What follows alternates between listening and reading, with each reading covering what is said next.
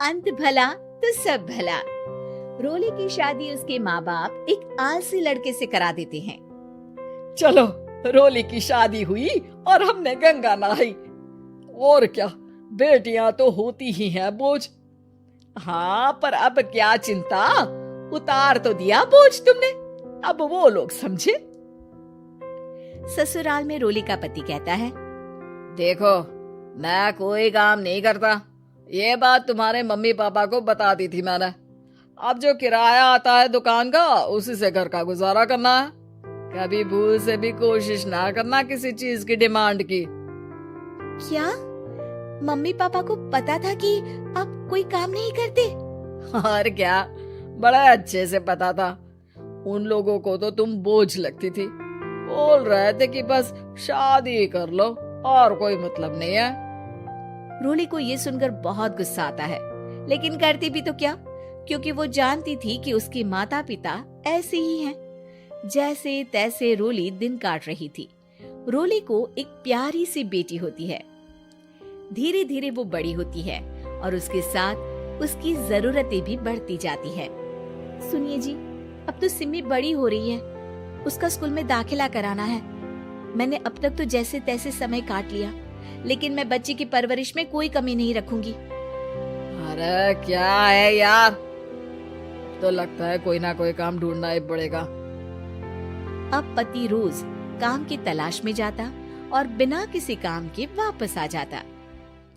रोली समझ जाती है कि पति के अंदर अब काम करने की क्षमता नहीं है। वो बेटी को उच्च शिक्षा देने के लिए कुछ करना चाहती थी, लेकिन करती तो क्या करती। एक दिन रोली की सहेली कहती है, रोली, मेरी कोई औलाद नहीं है। अगर तू मेरी औलाद को जन्म दे तो मैं तुझे तेरे मुंह मांगे पैसे दूंगी।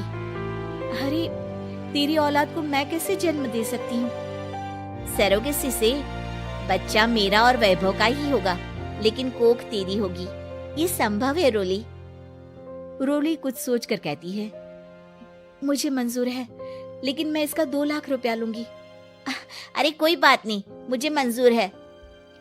रोली खुश हो जाती है कि एक बच्चा पैदा करने का उसे 2 लाख रुपया मिलेगा।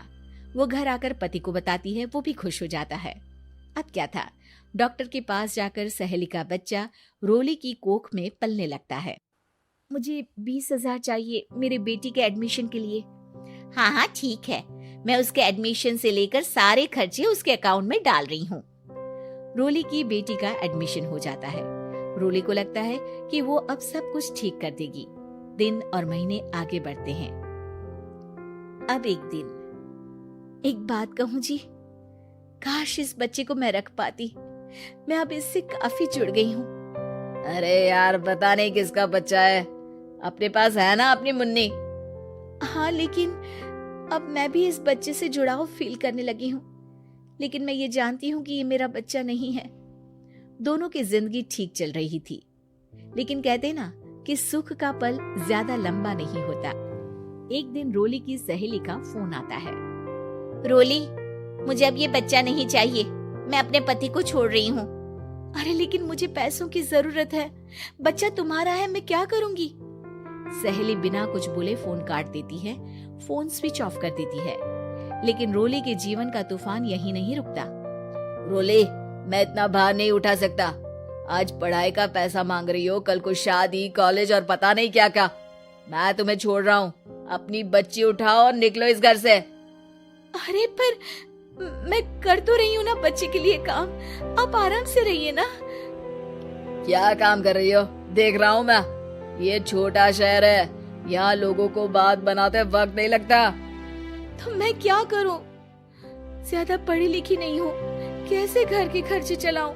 और आप तो काम करना ही नहीं चाहते। हाँ, ना चाहता हूँ और ना ही करूँगा।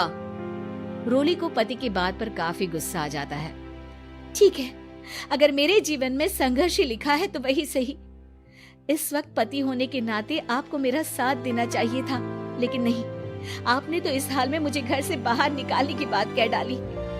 देखो, ये सारी फालतू की बातों के लिए वक्त नहीं है मेरे पास।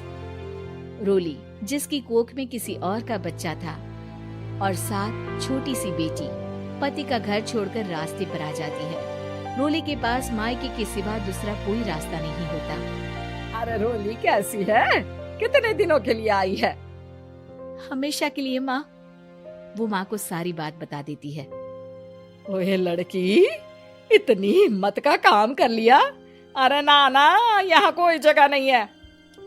तुम तो अपना बोरिया बिस्तर उठाओ और निकलो यहाँ से। रोली के पास अब मायके का रास्ता भी नहीं बचता। वो चुपचाप बच्ची को लेकर जा रही थी कि उसे दर्द होता है और वो डॉक्टर के पास चली जाती है और फिर वहां वो एक प्यारे से बेटे को जन्म देती है। कितना प्यारा है, कितने अभागे हैं इसके माँ बाप जो इसके पैदा होने पर भी नहीं है। तभी वहां डॉक्टर आ जाती है। रोली, बच्चे के पिता तुमसे मिलना चाहते हैं। आपका बहुत बहुत शुक्रिया। मैं इस बच्चे को पालूंगा, भले ही इसकी माँ ने इसे छोड़ दिया हो, पर मैं अपनी जिम्मेदारी निभाऊंगा। तो क्या आप मुझे इसके पैदा करने के लिए जिन पैसों की बात हुई थी वो भी देंगे?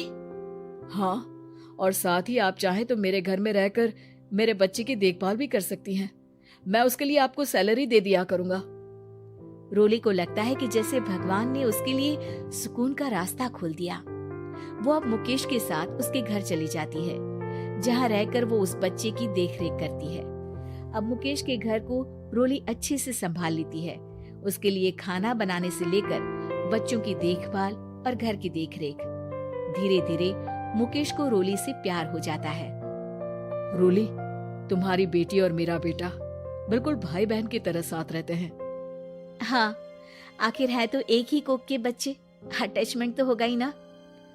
रोली, तुमने घर और मुझे दोनों को संभाल लिया। ये तो मेरा काम है। आपने भी तो मुझे छत दी जिससे मैं अपनी बेटी की पढ़ाई और भविष्य के लिए पैसे जोड़ सकूं। रोली, क्या तुम मुझसे शादी करोगी? अब मैं जानता हूँ तुम्हारी भी शादी कुछ खास अच्छी नहीं रही। रोली को मुकेश की बात ठीक लगती है। वो उसे हाँ बोलने की सोच ही रही होती है कि उसके पहले पति का फोन आ जाता है। रोली, मैं बहुत परेशान हूँ। मेरा एक्सीडेंट हो गया है। मैं चाहता हूँ तुम वापस आ जाओ। रोली को पुराने पति की चिंता होने लगती है। वो सोचती है कि वो क्या कर रही थी। हाँ ठीक है, मैं आ रही हूँ। हाँ रोली, आ जाओ, लेकिन बच्ची को कहीं हॉस्टल में छोड़कर आना, क्योंकि मैं नहीं चाहता कि हम लोगों के बीच फिर से वो सारी बातें हो। रोली को समझ आ जाता है कि पति आज भी सुधरा नहीं है। वो पति के पास जाने से इनकार कर मुकेश को हाँ कर देती है।